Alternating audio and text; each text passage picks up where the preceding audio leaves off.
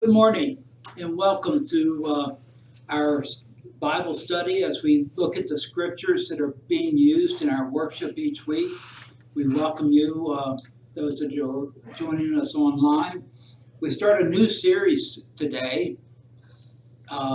Lent starts this week, and so the new series will be The Road to the Cross.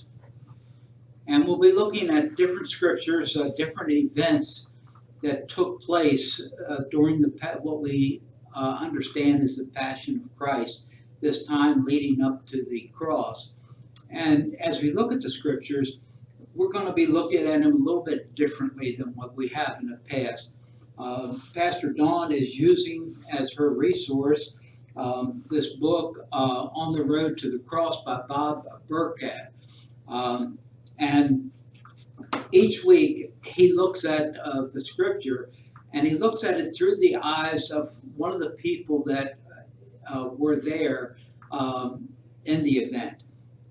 The scripture this week is the arrest of Jesus in the garden, and we'll be looking at the scripture through the eyes of Malchus, who is the temple priest's servant.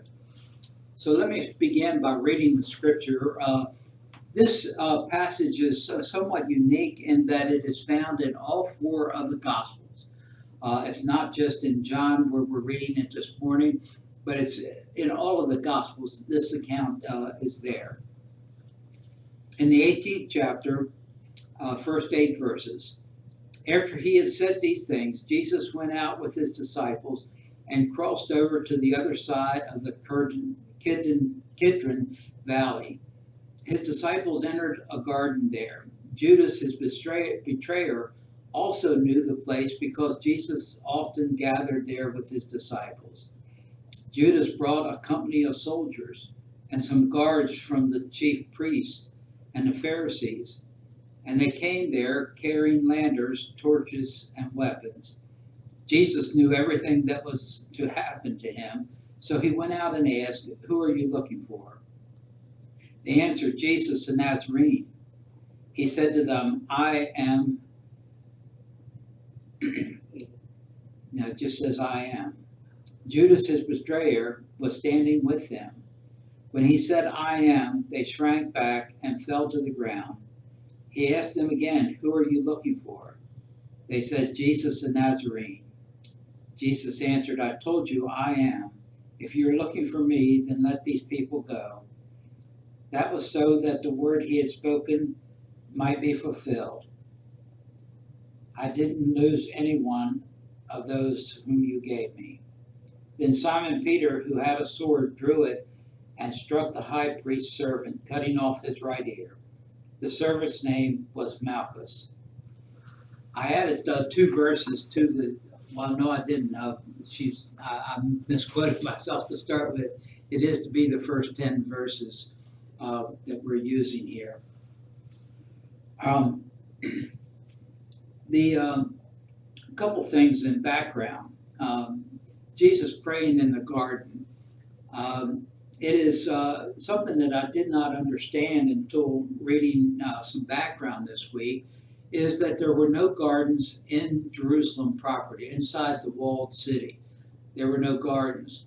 And the reason for that is because what do you have to do to make stuff grow? Rainwater. Well, there's something more basic than that. You plant it. Have Okay. an area to plant it in too. Okay. And then when you plant it, what do you do? Water it and you Till take the weeds out. But how do you make it grow? You fertilize it. Oh. You fertilize it. What did they use for fertilizer? Manure. Inside the walled city was considered to be sacred ground. And so you didn't bring manure Dirt. in to fertilize stuff, so therefore Unclean dirt. nothing would grow in the city. So that's why all the gardens were outside, away from the city proper. This particular area on the across the Kierden Valley was one of the more popular areas that people had their gardens. The people with means, this was the upper class area. And somebody had Jesus had a benefactor who had provided this garden for his use. And it was known to the disciples. Apparently, they used it on a regular basis and going there. One other background tidbit that as Jesus walked down from Jerusalem down across the valley and then back up to the garden, there's a spring-fed stream that ran down through there. And this was the Passover. And so that there were many lambs that were slaughtered for the Passover sacrifice of the families that had gathered there. It's from historical records, they know that after the time of Jesus, that there were 256,000 lambs that were slaughtered for the Passover. In the temple, they had fashioned a drain that from the altar where the lambs were slain and the blood sprinkled on the altar, the rest of the blood was drained out of the body, and there was a drain that drained out of the temple, outside the wall, and eventually led into this stream that Jesus crossed. And so that the time that he was leading his disciples to the garden, that stream still would have been red from the blood of the animals that had been slaughtered earlier in the day. Says that Judas comes with the temple police and some Roman soldiers. William Barclay focuses on the Greek word that's used here for soldiers, and it's a word that could mean many different sizes of groups of soldiers in our English language. It could have meant 1,000 soldiers. It could have been a couple hundred. Could have been as few as 60. We don't know how the intent of the use of this word there was. 1,000 seems to be an overkill, but the Roman government always sent extra soldiers into Jerusalem during the Passover celebration to ensure that order was kept. So that would not been beyond the realm of possibility as far as the number of soldiers that were available. It seems to me, just in trying to look at it logically, and that may be the wrong way to look at it, that 60 would probably be a better number to think in terms. But for 12 disciples and unarmed men, although as we see Peter does have a sword, doesn't say that anybody else had one.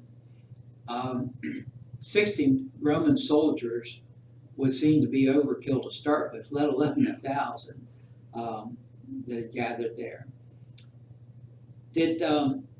I know that Jenny saw this. Did you see the movie, The Passion of Christ, Yes. when it came out? That was one of the things that struck me, made a big impression on me in that movie, was this arrest and the beating of Jesus. The way Mel Gibson portrayed that in his interpretation, the scripture reads kind of calm. The way he portrayed it in that film, it was not just a calm event. It was a violent event where Jesus was manhandled, struck by the temple police and the Roman guards. And so Peter's response, in the sense the way Mel Gibson portrayed that, makes more sense than the way the scripture portrays it, that they were just going to arrest Jesus and Peter decides to take matters into his own hands there.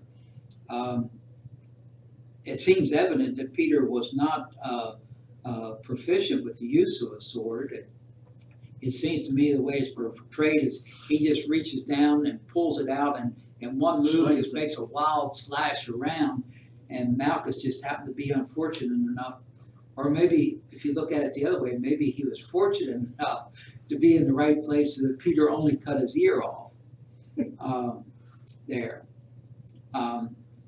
The temple police were a police force that was maintained by the temple to enforce the temple laws to the extent that they were able to under the Roman law. The fact that they took the Roman soldiers along, they wanted to make sure that there wasn't any doubt about Jesus getting arrested. If the temple police weren't able to do it, then the Romans would certainly be able to do it. Although under what grounds, that would have been kind of shaky there. So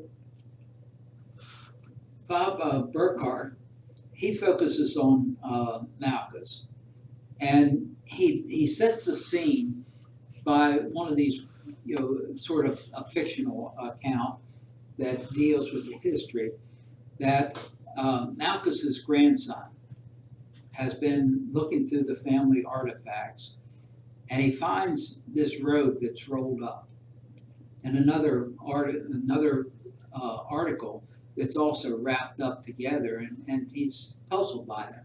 As he starts to unroll the robe, he finds that down the sleeve there's blood. It's stained with blood down one sleeve of it. And it's at this point that his grandfather comes in and asks him what he's doing, going through these things, because he's not supposed to be there. And he said he just wanted to know. And so Malchus asked him, do you want to know the story? And then proceeds to tell him the story of the events that night from his eyes, of being there, of having his ear severed, and the pain that resulted from that, and that Jesus touched him. And then when Jesus touched him and placed his severed ear back upon his head, that the pain went away. And that he had a feeling that he had never had before. And then, as if the little boy has some doubt, he beckons him to come over, and he holds back his earlobe and says, look, see the scar. Now, I never thought about that before, that Malchus might have had a scar from his ear being cut off and being restored by Christ there. A permanent reminder of the events that took place that night. But that's the way that he portrays this there. He also poses the possibility. Here again, this is ground that I've never thought about. That this event made such an impression on Malchus that he became a believer, if not a follower of Christ. Maybe he was a closet believer, and he did not publicly profess his faith, but that the event had an effect on him. And yet he had his position there as leader of the temple police, as the high priest's servant in there. I don't know. That's just something to think about as we go through this in our worship. The other thing, before I go into that, but what about Peter? Burckhardt doesn't deal with Peter in his look at this scripture. But as you look at the scripture and through the eyes of the people that were there, we know that Peter was troubled later on, that he denied knowing Christ. But what about this event? Of being rebuked by Christ for trying to save him from being arrested. What were the effects on Peter? I don't know. But as you look at the scripture, as you try to let it come alive and think about being there yourself, how would that have impacted you if you had been there among the disciples when all this took place? if you had seen Jesus, your friend, your teacher being manhandled, and dragged away by these policemen, these soldiers, what do you think? What would it have been like to be there? Probably like today, when you have crowds get around when the police is gonna try to arrest somebody and, you know, tempers flare, everything kind of gets out of hand and all of a sudden, boom, blows out of proportion. And somebody's gonna get shot, hurt or something in the sequence, and it's almost the same type of setup there. Yeah. Only it's, biblical times, they didn't have That's true. rifles and shotguns and pistols and stuff like that. But it's about the same situation. You're gonna have before you know it, you're gonna have a group of people standing around saying, somebody did this, somebody did that, they shouldn't have done that, they shouldn't have done Yeah. this. That same thing is happening And back then as it is now. You know, no some- phone to record it on. Right, they didn't have iPhones for shore recording, so like you said, you had to go by what somebody said. Well, the Pharisees were told, okay, y'all keep the peace in Jerusalem, and we won't interfere with how you govern it. But the Pharisees wanted backup, that's the reason they had the Roman soldiers in, because they wanted to have backup, because some of the laws that they were trying to enforce wasn't Jewish law, it was Roman law. So they wanted the Roman soldiers to be there to take Yeah. care of any insurrection or uprising or disagreement that might have portrayed in this book that you're talking about the grandson looking at, sounds like the book The Robe. And if you Yeah. ever read that, it's whoever came in contact with Jesus' robe after his crucifixion, it gives kind of like a historical fictional account of what happened to those people that came in contact with that robe after Jesus' crucifixion, and it's basically, this is a takeoff on that book, I believe, because I believe The Robe probably was written before this. Oh, definitely. So anyway, it's a takeoff on the same concept. Yeah. Only it's before the crucifixion, and they're dealing with the robe that servant wore at the time, but it's with it, a visual aid, you can come recount the story just almost word for word. Yeah. But without it, you wouldn't be able to recount the story as well. And who diffused this whole situation? Jesus. Yeah. He said enough. He knew what was happening. He didn't want his Right. people to get hurt. So He that's said- where he said, y'all stay calm, you know. He just And- says enough and tells Peter, put the sword away. Right, well, to me, if Jesus is doing it that way, he's gonna be passive as to resist and rest, because he knows the more he would resist, the more his followers are gonna get in trouble and try to do something they're not, shouldn't do, and get in trouble for, and get arrested themselves, and he didn't want them arrested, they had to carry on his work. So therefore, he was taking on the responsibility himself. I think one of the key points, as you look at this scripture and think about it going forward into our life today, is that Peter tried to take matters into his own hands. And as a result, Malchus was injured.